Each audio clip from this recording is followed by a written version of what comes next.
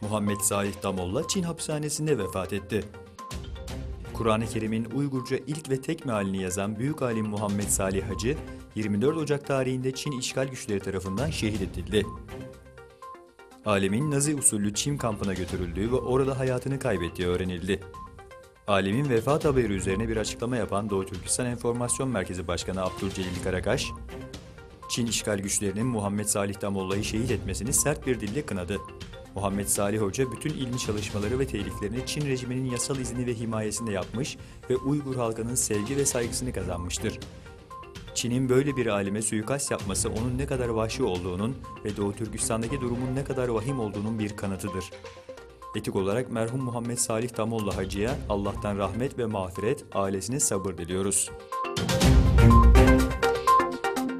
Japonya'dan Çin'e kritik ziyaret.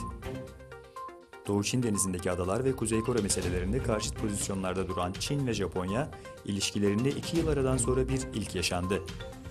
Japonya Dışişleri Bakanı Taro Kono, resmi ziyaret kapsamında geldiği Çin'de Dışişleri Bakanı Wang Yi ile görüştü.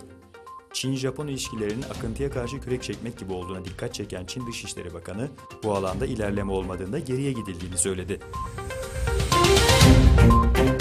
Kazakistan ve Özbekistan Cumhurbaşkanlarının girişimiyle Orta Asya Devlet Başkanlarının ilk resmi zirvesi Nursultan Nazarbayev'in başkanlığında Astana'da yapılacak.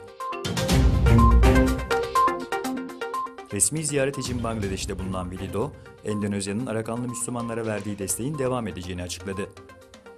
Endonezya ve Bangladeş arasında 5 anlaşma imzalandı. Türk akımında yolun yarısı geçildi. Türk Akım projesi Türkiye'ye yılda 15,75 milyar metreküp Rus gazı taşıyacak.